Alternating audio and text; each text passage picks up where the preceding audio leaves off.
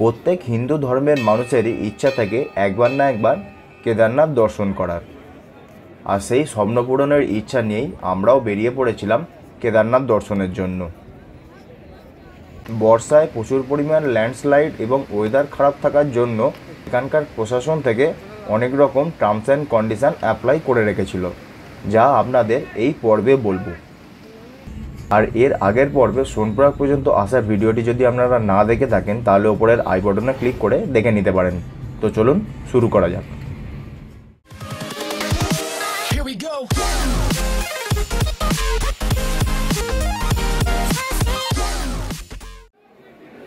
ये सभी लोग कृपया ध्यान दें, सिंगल लाइन में ही धीरे धीरे आगे बढ़ेंगे। কেদারনাথ যাত্রা যতটা তাড়াতাড়ি শুরু করা যায় ততটাই ভালো, কিন্তু তখন কন্ডিশন অ্যাপ্লাই করেছিল সকাল 6টার আগে কোনো যাত্রীকেই যাত্রা শুরু করতে দেবে না। তাই আমরা রেডি হয়ে হোটেলের বারান্দাতেই ওয়েট করছিলাম কখন লাইন ছাড়তে শুরু করে। 6টা বাজার পর লাইন একটু একটু আগাচ্ছে দেখে বাবার নাম করে হর হর মহাদেব বলে বেরিয়ে পড়েছিলাম সেই দিনের যাত্রার জন্য। আমাদের যাবতীয় লাগেজ ওই হোটেলের লকার রুমে রেখে দিয়েছিলাম।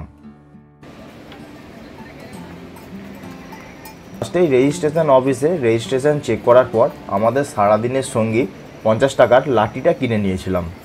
এই লাঠিটাই কিন্তু সমস্ত পথে আমাদের সঙ্গী থাকবে। এই হলো মেন যাত্রার আরম্ভ। অনেক যাত্রীরাই আছে যারা এখান থেকেই ঘোড়া বুক করে নিচ্ছে, তাই এখান থেকেই মানুষ আর ঘোড়া একসাথে তালে তাল মিলিয়ে চলতে শুরু করছে। আগে ব্রিজ টপকে বাঁ দিক দিয়ে রাস্তা ছিল যেখান থেকে গাড়ি পাওয়া যেত, কিন্তু তখন সে গাড়িটাই বন্ধ ছিল এবং ডান দিকে ধসের ওপর দিয়ে উঠে যেতে হচ্ছিল। প্রচুর যাত্রী না থাকলেও সকাল 6টার সময় একসাথে সবাইকে ছেড়ে দেওয়ার জন্য ব্রিজের ওপর একটু জাম হয়ে গিয়েছিল। এই ব্রিজ টপকাতেই রাস্তার মধ্যে প্রথম ধসটা চোখে পড়ল। যারা একটু বয়স্ক মানুষ তাদের উঠতে ভালোই কষ্ট হচ্ছিল। এই খাড়া দিয়ে ওঠার পরে আর একটু গিয়েই দেখা হলো রাস্তার সব থেকে বড় ধস। এই জায়গাটা তখনও বেশ ডেঞ্জারাস ছিল, কারণ সবসময় এই জায়গাটায় ছোট ছোট নুড়ি পাথর ক্রমশ নেমেই যাচ্ছিল। আর যদি কোনো বড় অঘটন ঘটে যায় তার জন্য এনডিআরএফের স্টাফেরা সবসময় রেডি ছিল।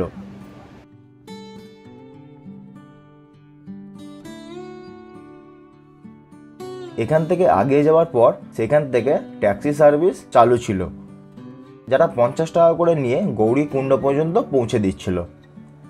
কিন্তু গাড়ির পরিমাণ খুব কম থাকায় এবং মানুষের ভিড় বেশি থাকায় গাড়ির জন্য ওয়েট না করে আমরা হেঁটেই যেতে শুরু করে দিয়েছিলাম।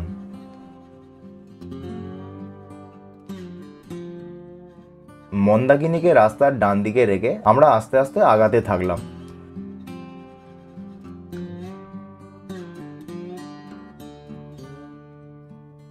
গত 3-4 দিন ধরে টানা বৃষ্টি হওয়ার দরুন রাস্তায় ছোটোখাটো অনেক ঝর্ণা দেখা যাচ্ছিল। জলগুলো কিন্তু রাস্তার ওপর দিয়েই বয়ে গিয়ে মন্দাকিনী নদীতে গিয়ে মিশছিল, তাই যেতে কিছুটা অসুবিধাও হচ্ছিল। আরও কিছুটা আগতেই দেখতে পেলাম গত মাসে হয়ে যাওয়া ল্যান্ডস্লাইডের জায়গাগুলো, যেই জায়গাগুলো আবার রিপেয়ারিং করে গাড়ি চলাচল শুরু করে দিয়েছিল।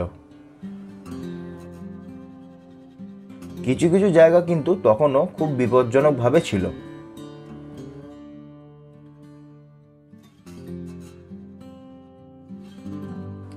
তারপর আমরা আস্তে আস্তে হাঁটতে হাঁটতে পৌঁছে গিয়েছিলাম গৌরীকুণ্ডে। এখানে 4-5টা খাবারের দোকান আছে, কিন্তু আমরা এখান থেকে কিছু না খেয়ে না থেমে আমরা এগিয়ে চললাম সামনের দিকে।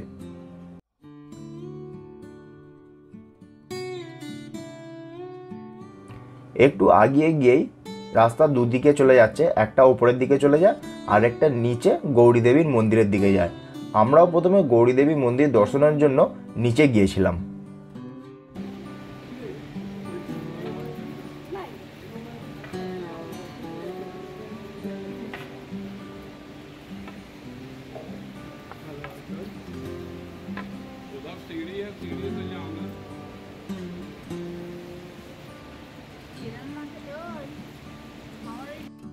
এখানে যে উষ্ণ প্রশোভনটা ছিল সেটা পুরোটাই মন্দাকিনীর জলে ভেসে আসা পাথর এবং বালির নিচে ঢাকা পড়ে গিয়েছিল।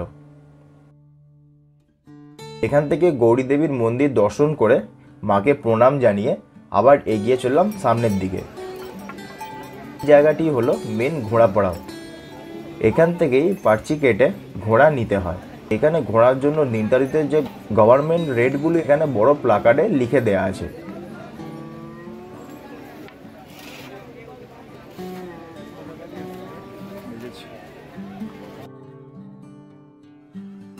এখান থেকে একটা মোড় ঘুরলেই পড়ে কেদারনাথ যাত্রার মূল ফটক।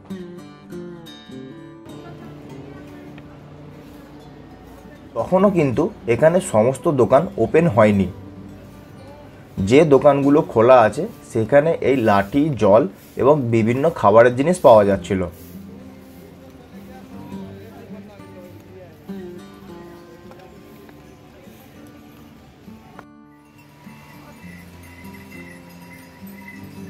সাধারণত সেপ্টেম্বর মাসে বৃষ্টি হয় না, কিন্তু সেই সেপ্টেম্বর মাসেও বৃষ্টি হওয়ার কারণে এই রাস্তার সমস্ত ঝর্ণাগুলো তাদের সম্পূর্ণ রূপ ধারণ করেছিল, যার ফলে ঝর্ণার জল রাস্তার ওপর দিয়ে বয়ে যাচ্ছিল। আর শুধু এই ঝর্ণা নয়, রাস্তার ওপর দিয়ে এরকম বহু ঝর্ণা ছিল। এরপর একটা দোকান থেকে আমরা সেই দিনের সকালের টিফিনটা করে নিয়েছিলাম। এখানে চা, লেবুর জল, কোকোকোলা, স্প্রাইট এরকম সমস্ত কিছুই পাওয়া যাচ্ছে। আর এই এক প্লেট ম্যাগির দাম হলো 40 টাকা। এরপর যত উপরের দিকে উঠতে থাকবো, খাবারের দাম এবং জলের দাম দুটোই বাড়তে থাকবে। এগিয়ে যেতে যেতে আবার এক ল্যান্ডস্লাইডের জায়গা দেখতে পেলাম। ল্যান্ডস্লাইডের ধ্বংসাবশেষ দেখে আবার এক ঝর্ণার মধ্যে দিয়ে এগিয়ে যেতে থাকলাম।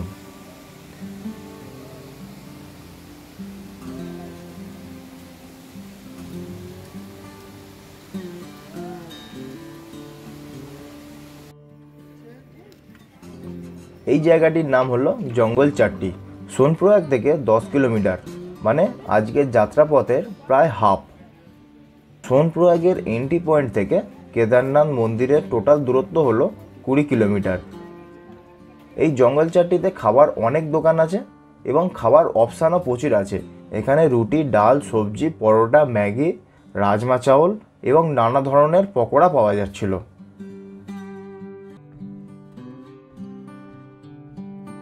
ল্যান্ডস্লাইডের ফলে এইসব রাস্তা কিন্তু সম্পূর্ণভাবে ধসে গিয়েছিল, তাই ওপরের দিকের রাস্তাটা নতুনভাবে তৈরি করা হয়েছিল। আর ক্রমাগত বৃষ্টির ফলে আশেপাশে যেসব গাছ ছিল সেইগুলো কিন্তু সম্পূর্ণরূপে সবুজ হয়ে গিয়েছিল।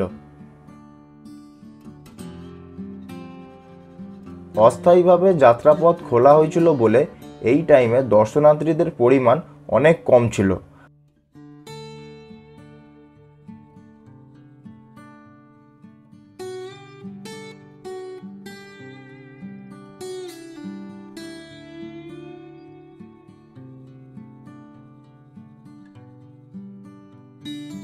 আরও কিছুটা যাওয়ার পর আমরা বুঝতে পারছিলাম আমাদের ভাগ্যেও মনে হয় বৃষ্টি আছে, কারণ পাহাড়ের ওপর দিকে তখন অল্প অল্প মেঘ জমতে শুরু করে দিয়েছিল। আর দেখতে দেখতে 5-10 মিনিটের মধ্যেই এসে গিয়েছিল আমাদের যাত্রাপথের প্রথম বৃষ্টি, যা কিছুক্ষণ পর আবার থেমেও গিয়েছিল। এই জায়গাটা হলো ভীমবালি, আর এই ব্রিজটার নাম হলো মন্দাকিনী সেতু। এই মন্দাকিনী ব্রিজ থেকে কিন্তু পাহাড়ের দৃশ্য অসাধারণ। গৌরীকুণ্ড থেকে যাত্রা শুরু করলে এইখান পর্যন্ত হবে হাফ রাস্তা, 7 কিলোমিটার। এতক্ষণ মন্দাকিনীকে আমরা রাস্তার ডান দিকে রেখে এগোচ্ছিলাম। এই ব্রিজ পার করে আবার মন্দাকিনী নদীকে আমরা বাম হাতে ধরে এগিয়ে যাব।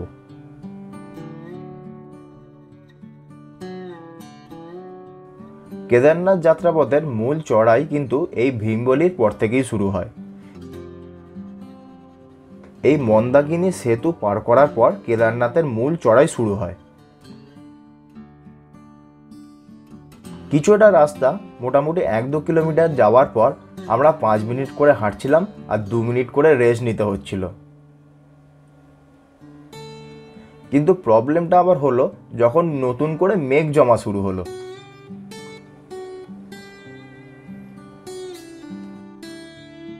এই জিগজ্যাগ রাস্তাটা ছিল অত্যন্ত খাড়া, তার উপর ধসের কারণে এখানে আবার ঘোড়ার ট্রাফিক জ্যাম হয়ে গিয়েছিল।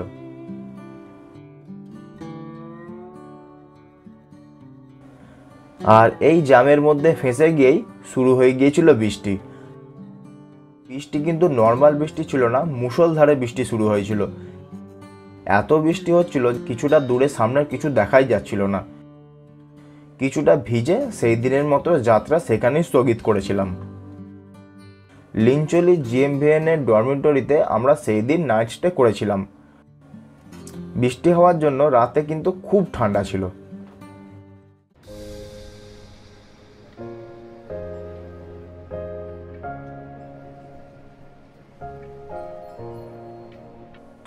নেক্সট ডে সকালেই দেখতে পেলাম বৃষ্টির জন্য একই পাহাড়ে 4-5টা ধারায় জল বয়ে আসছে, আর পিছনে মেঘে ঢাকা কেদার শৃঙ্গ। জিএমবিএন থেকে সকালবেলা চা খেয়ে শুরু করে দিয়েছিলাম সেই দিনের যাত্রা।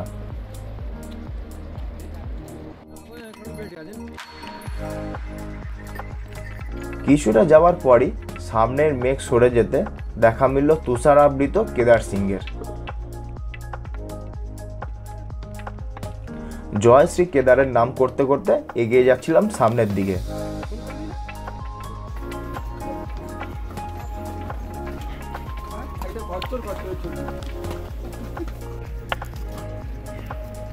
প্রায় 3 ঘন্টার মধ্যেই পৌঁছে গিয়েছিলাম কেদারনাথের বেস ক্যাম্পে। এখানেই ঘোড়া স্ট্যান্ড আছে, ঘোড়া এই পর্যন্তই এসে যাত্রীদের নামিয়ে দেয়। এখান থেকে আরও 1 কিলোমিটার যেতে হয় মন্দির পর্যন্ত যাওয়ার জন্য।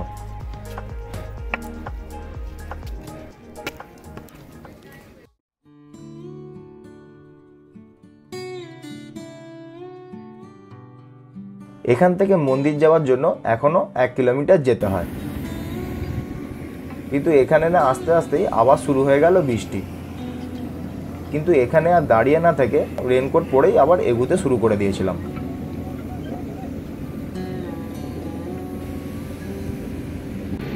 এই হলো শ্রী কেদারনাথের গেট।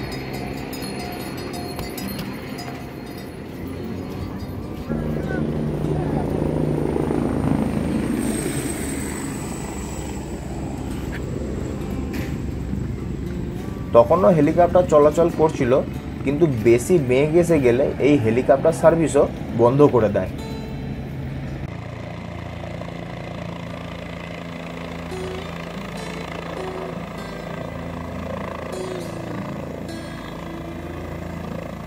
হেলিপ্যাড থেকে এগিয়ে গিয়ে ডান দিকে একটা ছোট মন্দির আছে। মন্দিরের ভিতরে যে কুণ্ড আছে সেখানে জয়শ্রী কেদারনাথের নাম করলেই নিচে থেকে বাবেল উঠে আসে। আমরাও সেই কুণ্ডের দর্শন করে সামনের দিকে এগিয়ে গেলাম। তারপরেই আমাদের দর্শন হলো প্রথম কেদারনাথ মন্দিরের।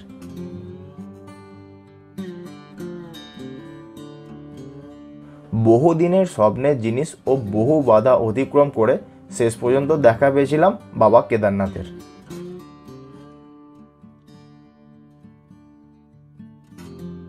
আজকের এই ভিডিওটা এখানেই শেষ করলাম। বাবার পুজো দেওয়াটা নেক্সট ভিডিওতে দেখাবো।